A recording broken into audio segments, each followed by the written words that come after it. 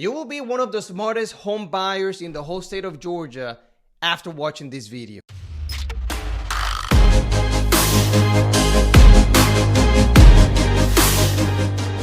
I'm about to answer more than 40 questions that home buyers have about buying a property right here in the state of Georgia. We're going to break it down from the beginning to the end, from the pre-approval process to home shopping, to making an offer on a home, to the due diligence period, to the appraisal process, and then closing process. And by the way, if you got any question whatsoever, leave it in the comments or text me. Right here, it is my phone number. Either or is fine. I will reply to every single question that you guys have. All right, let's start with the pre-approval process.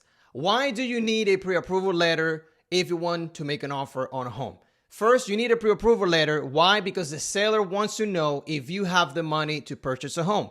Put yourself in the position of a seller. Will you take your home off the market and not sell it to anyone else, to a buyer who literally make an offer and don't even know if they have the money to purchase it? Now, the other reason why you need a pre-approval letter is because you must have an understanding of how much you qualify for, meaning how much you can afford based on your current financial situation. All right. Now, another question is, what is the difference between a pre-qualification letter and a pre-approval letter? Very simple. Pre-qualification letter is a quick check. You can do it over the phone. You can do it online. Whatever. A pre-approval letter requires documentation, right? When you're pre-approved, they have actually asked you for some documents to verify that the information you're saying is actually true. By the way, if you want all of this information on paper so you can read through it and don't have to rewatch this video multiple times, I created a PDF file that you can download for free on the description of this video. So just click on the description of this video on the link and download it, and you will have it right there. Now, what do you need to get a pre-approval letter? Meaning, what documents do you need to get it?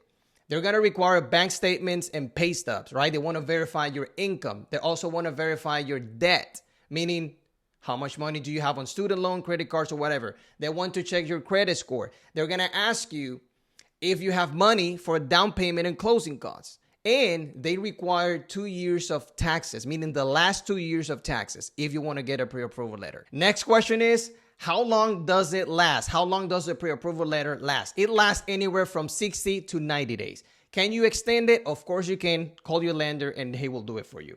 Now, another question is, can I get a pre-approval letter from multiple lenders? The answer is yes. You can shop around. There's not a law that prevents you from doing that. Now, when I say that, people ask me the next question, which is, well, if I do that, will it damage my credit score? The answer is your credit score will only drop anywhere from 5 to 10 points temporarily when you're shopping around for a mortgage. Now, there is a trick to it, right? The trick is you need to do it anywhere from 14 to 45 days, right? Depending on the billing cycle. Because if you do it, for example, one in January, then in March, you go ahead and apply to another lender. Then in June, you go ahead and apply to another lender. That means you're going to have 3 different credit inquiries on your credit report. And yes, that will indeed lower your credit score a lot more. Now, if you do it fast, which I recommend my clients to only do it within 2 weeks, right? Choose the lenders you're going to shop around first. And literally, once you have all of the documentation, you can apply to all of them in the same week. That way, you can only have 1 credit inquiry on your credit report. Next question. Does the pre-approval letter guarantee that you will get the loan? The answer is no, it won't. There's a lot more research that they're going to do on your financial situation after you have a property under contract. All right, now we're going to the next phase of the buying process, which is home shopping. These are the most common questions. What is the best way to get started once you have the pre-approval letter? All right, I really like this question.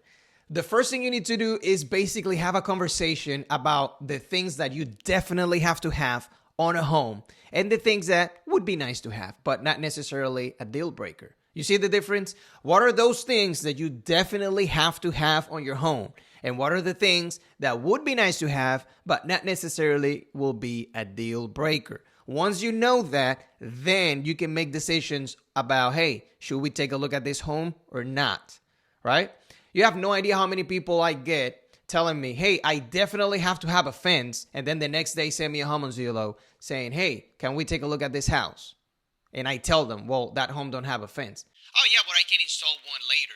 Exactly. You don't have to have a fence to make an offer on a home. It would be nice if it has it. There is a difference. So you got to know that first. Now, the second way to get started is basically taking a look at the inventory, choosing the top 5 homes that you want to take a look this weekend, and set some appointments and take a look at them. Simple as that.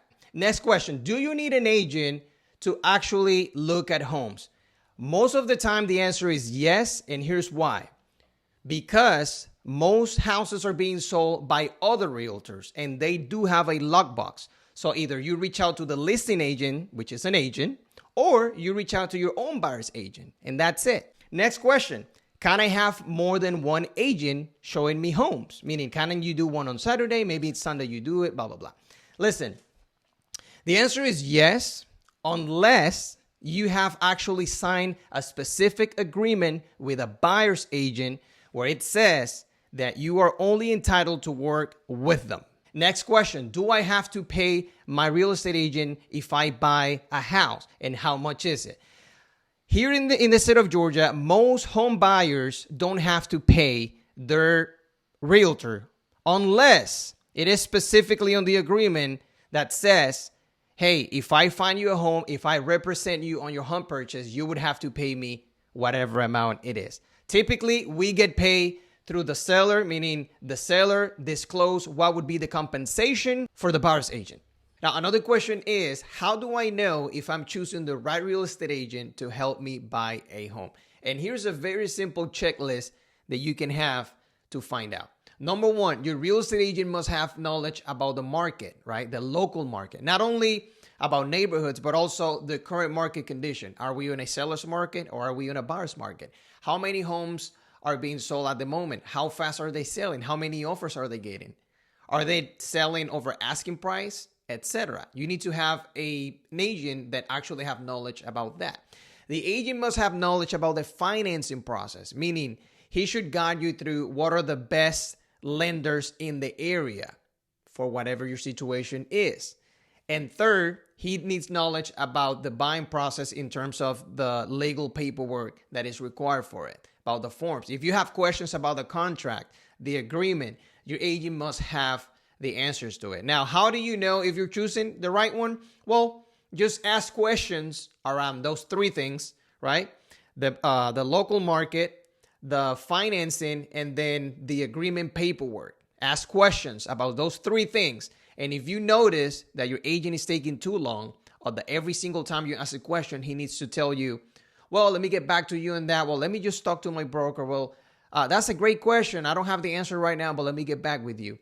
If you see that as a pattern every single time, you're probably working with the wrong person. Real quick, guys, according to YouTube, over 85% of the people who watch me are not even subscribed to my channel. So please, if you're enjoying the content, subscribe to my channel, and that's it. Thank you. Now, moving on to the next phase of the home buying process, which is making an offer. Here are some of the most common questions and their answers. Number one, how do I know what to offer? All right, you need context on 3 things. Number one, you need context on the market. Number 2, you need context on the home. Number 3, you need context on the seller situation. Now, what context do you need? When it comes to the market, you obviously need to know what type of market are you in. Are you on a buyer's market or are you on a seller's market, right? That is something you need to have. How long are houses taking to sell? How many offers are they getting, right? That's why you might possibly need an agent to know that, all right? Number 2, you need context on the home. Are you talking about a house that just came on the market today, maybe 2 days ago, three days ago? You get what I'm saying? It's not the same making an offer on a home that's been on the market for 60 days than making an offer on a home that came on the market 2 days ago. So the chances of you getting an offer accepted that is lower than the asking price is very low if the home just came on the market today, right? You need context on the home. Also, you need context on the condition of the home. Is this home a project? Is it a home that is ready to move in? Blah, blah, blah. Is it updated, right? You need context on that. Also, you need context on the seller situation. Are you talking to a distressed seller? Is the seller selling because of a bankruptcy, a divorce, a probate sale, a short sale, whatever it is? You need context on the seller's situation just to find out how much you need to offer on a home. The next question is, can I offer less? The answer is always yes. Can you offer less on a new construction? The always is yes. My question for you is, based on what you know about the market, the seller situation, and the condition of the home, do you think what you're offering is increasing the chances of your offer getting accepted or your offer getting rejected? That is my question for you. So if you don't know how to answer the first question about context, you'll probably be making an offer blindly. All right. Next question. When can I make a lowball offer on a house? This is my answer. You can make a lowball offer on a house if you know the home has been sitting on the market for a while. If you know for a fact they don't have any other offers on hand, it is a buyer's market or whatever, right?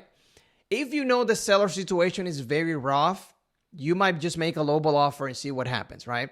Now, can you make a lowball offer whenever you want? Of course you can. There's not a law or a policy or a regulation that prevents people from making lowball offers, all right? Next question. Do I have to give a deposit? The answer is yes and no. There is not a law, a regulation, or a policy that says that when you buy a house, you have to give a deposit. All right. Now, typically, all of the agreements, all the realtors require a deposit because nobody wants to be the dummy who doesn't do it. All right. But there's not a law that says that. Now, how much is the deposit? Typically, it can be anything. $500, 1%, 2%, whatever it is, whatever you think the seller might find reasonable. Again, there is not a law, policy, or regulation that says that if you buy a property, you need to give X amount specifically. All right, so that's the answer to that. Can I make an offer on a house that is already under contract? Now, in the state of Georgia, every single homeowner is allowed to accept one primary offer and have a backup offer. That means that even if the home is under contract, you can make an offer on the house, and of course, they would have to accept it in order for your offer to become the secondary offer. Now, the only way you purchase a home is if the current buyer actually backs out. Then at that point, you can go ahead and purchase the property. Now, what is the difference between a pending home and an under contract home, right? So when you go on Zillow, Realtor.com, Trulia, or whatever, Redfin, some homes says available active contingent. That means that they accepted an offer already, right? They accepted an offer already, but the offer is pending on due diligence period and financing, right? Inspection and appraisal. That is what it means. Pending sale and active contingent, it is the same exact thing. On the other hand, under contract means that they already surpassed that stage. They already surpassed the inspection period. They already surpassed the appraisal period. Now they are officially under contract and the agreement is not pending on any other condition. All right, moving on to the next phase, which is the due diligence period, aka the inspection period. Here are some of the most common questions that I've gotten from people.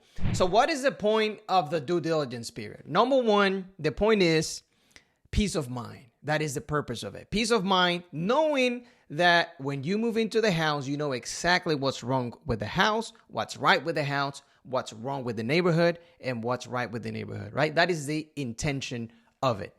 Now, how long is the due diligence period? Typically, you put that on the offer, right? Some people ask for 3 days, 5 days, 7 days, 15 days, right? 20 days. It doesn't matter. Again, there's not a policy, regulation, or a law that says that an inspection period should last that much. Now, typically, people do about a week. I think that's enough to do your research. You need to do research on the home and the neighborhood, and that's it. All right, what should you focus on? I think I would focus more on the condition of the home in terms of the most expensive items, such as plumbing issues, electrical issues, roof, and HVAC, meaning the AC, air conditioning and heating and ventilation system. Those are the most expensive things. And if something is wrong with it, obviously you might probably spend a lot of money. Next question is, how much is the inspection? Now, typically in the state of Georgia here, it depends on the size of the home. The lowest I've seen is about $350, right? On small homes. Normal homes might be $450. And obviously, if you're talking about a very big house, it's going to be anywhere from $500, $600, $700. Now, that is only the general inspection. If you want, you can have individual inspections like roof inspector. You might have a plumbing inspection. You might have an electrical inspection. So again, you can either do it with a general inspector or you can do it with individual inspection like termite inspection, etc. All right. So now, worst case scenario, if I don't have enough time to do my research, can I extend the inspection period? The answer is yes. Tell your agent to write up an amendment, right, to change the agreement and give you an extra few days if you need to. Another question is, what if when I request some repairs, the seller says no? Well, if they say no, at that point, you can either back out of the agreement and they give you the deposit back. Again, it is 100% negotiable. They can choose to only fix a certain amount of things and maybe give you a credit for it and etc. So it's always negotiable. The next phase of the home buying process, which is the appraisal process. Some of the most common questions are, who pays for it? Well, the buyer does, right? How much is it? It's about $600 to $700 typically, the appraisal. What is the difference between an appraisal and an inspection? The appraisal is focusing on the home value, meaning, are you paying the amount that the home is worth based on the condition, right? For example, let's say a home needs a lot of repairs. It's a fix and flip project. Is this home worth what you're paying for it, right? They don't care about the condition of the home. They're more focusing on the value, meaning, is this home worth, right? And they compare that home with all the other homes that are similar that have sold recently. Now, how is the appraisal done? Typically, it's with comparable sales, and you will have no idea whatsoever who's doing it, right? The lender, when you're financing a home, the lender have to submit a request to get the property appraised, and the lender will not even know who's doing it. Why? Because that is only done to avoid fraud. You don't want someone calling their cousin saying, hey, appraise this home for $300,000 even though I offer them $320. Just say the home is worth $300. Right? You don't want that. Nobody wants that. So to avoid fraud, no one will know who the appraisal will be, not even the lender, until after the fact. Okay? Another question is, do I have to tell the seller the appraisal results? The answer is no, you don't have to, unless you had already agreed in writing on the agreement that you will do so. All right? So typically the answer is no, you don't have to. What if the appraisal is higher than what I offer? At that point, my friend, congratulations, stay quiet and just tell the seller, hey, the appraisal came out good. You don't have to tell them nothing about it because you're the one paying for it. What if the appraisal comes in lower? At that point, you have to show proof that it came in lower. So you would have to send the appraisal report to the seller or to the listing agent, right? Your agent would have to do it. And then you can negotiate the new price and purchase a home based on that number. Now, the last session of the home buying phase, which is closing, right? One of the most common questions, what are the closing costs and how much are they? Okay, closing costs basically are anywhere from 2% to 4% in the state of Georgia. Now, why is it that they cannot give you a specific number from the beginning? Because it depends on what day you close.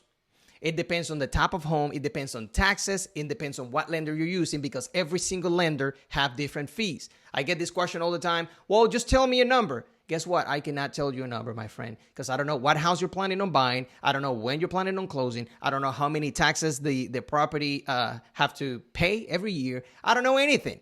So if I don't know anything, I cannot tell you anything. That's why me, the lender, no one can tell you specifically how much the closing costs will be. Another question is, who paid for the closing costs?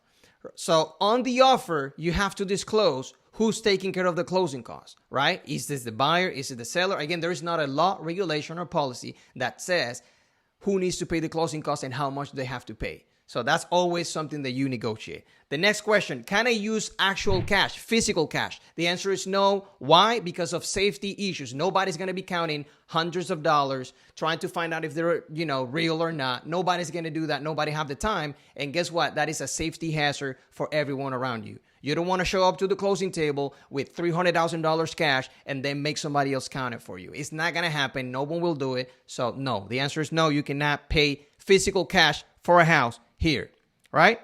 Can I use a credit card for closing costs? The answer is no, you can't, because obviously that will make you more in debt. Now, can you pay with a credit card for the inspection report? Yes. Can you pay for on a credit card maybe for the appraisal? Yes. Can you pay for the closing costs with a credit card? No, you cannot.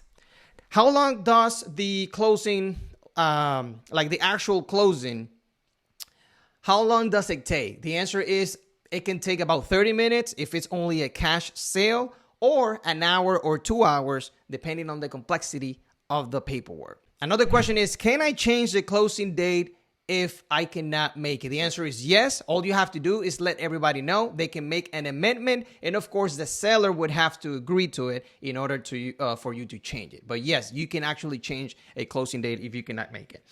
Can I move in before closing? This is something that is also negotiable.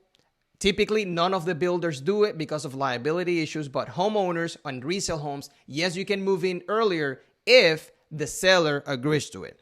Next question, who actually performs the closing? The answer to that question is, in the state of Georgia, we don't use title companies. We actually use real estate attorneys. So yes, the real estate attorney is the one handling the closing paperwork for you. Now, another question is, do you have to be there physically? The answer is no, you don't have to, but if you're not going to make it, you need to let the closing attorney know way in advance. That way they can actually mail you physically, mail you the paperwork, so you can sign it with blue ink. In the state of Georgia, it has to be with blue ink, and you have to do it in front of a notary. All right? It takes about $70 extra that they will charge you if you don't want to do it physically. All right? So I hope that was helpful. Again, leave me the comments, any question that you have, or send me a text message right here. I will answer to every single question you have.